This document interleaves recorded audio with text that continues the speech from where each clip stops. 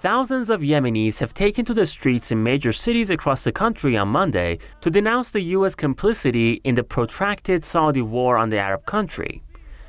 The biggest rally was held in the northwestern city of Sada, where thousands carrying Yemeni flags and chanting anti-American and anti-Saudi slogans poured into the streets. The protesters say Washington is behind the military and economic war on the nation and is prolonging the war and siege of Yemen.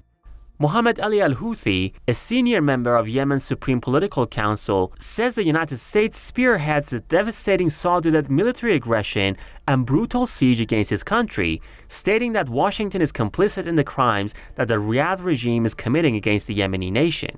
He said the U.S. has been killing Yemeni people and destroying vital infrastructure for the past 7 years, stressing that the Riyadh regime and its regional allies would not have been able to do anything without Washington's support. We saw in the last days only Saudi Arabia carried out in one day 65 attacks on different civilian targets in Yemen. This is how we see the Americans' complicity, because they do nothing to stop the Saudi war. On the contrary, they encourage this war to continue. The organizers of the protest said in a statement that Washington was misleading the world about its stance toward Yemen. The statement said the administration of President Joe Biden continues to provide Riyadh and its regional allies with military and political support, enabling them to press ahead with their onslaught and commit crimes against the people of Yemen.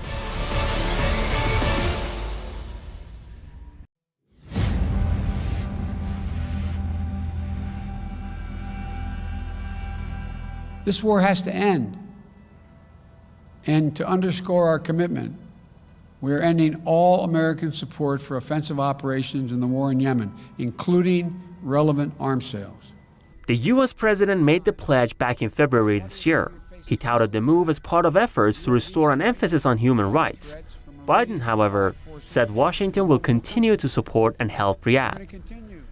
The peace activists who hailed his announcement are now dismayed at his administration for going back on the promise. Back in September, the U.S. State Department approved its first major arms sale to the kingdom under President Biden, with the sale of 280 air-to-air missiles valued at up to $650 million. A State Department spokesperson defended the sale as, quote, fully consistent with the administration's pledge to lead with diplomacy to end the conflict in Yemen. We see that there is no will to end this war on Yemen. Moreover, we see also the Americans are not asking the Saudis to lift the siege on the Yemeni harbor and the Yemeni airport in Sana'a. Therefore, they are the direct contributor of the siege imposed on the population of Yemen. President Biden has broken another promise about defending humanitarian rights, an issue he's staked much of his presidency on.